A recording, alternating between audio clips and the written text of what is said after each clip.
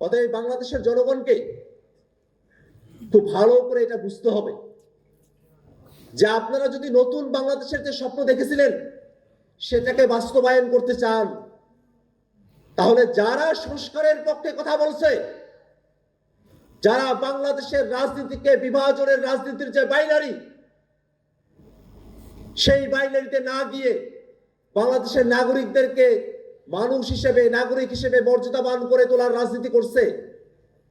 সেই রাজনীতি যারা বাংলাদেশের মানুষের কাছে উপস্থাপন করছে, সেই রাজনীতির সাথেই বাংলাদেশের জনগণকে থাকতে হবে। নানা ধরনের বাইনারির যে রাজনীতি, বিভাজনের যে রাজনীতি, সেই রাজনীতির বাইরে এসে কিভাবে বাংলাদেশ রাষ্ট্রটাকে ফেসিবাদী কাঠামো থেকে উতরে গিয়ে নতুন করে বাংলাদেশ রাষ্ট্রটাকে ঢেলে সাজানো যায়, গণতান্ত্রিক রূপান্তর করা যায়, সেই দিকে যারা বাংলাদেশ রাষ্ট্রটাকে নিয়ে যেতে চায় তাদের দিকে আপনাদেরকে থাকতে হবে। এবং এখনো পর্যন্ত বাংলাদেশের যে রাজনীতি, সেই রাজনীতিতে শুধুমাত্র জাতীয় নাগরিক পার্টি এনসিপি এবং কিছু ব্যক্তিবর্গ তারাই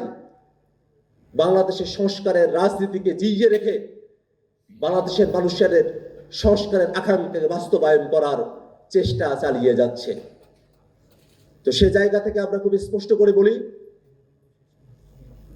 ক্ষমতা কারা পাবে না পাবে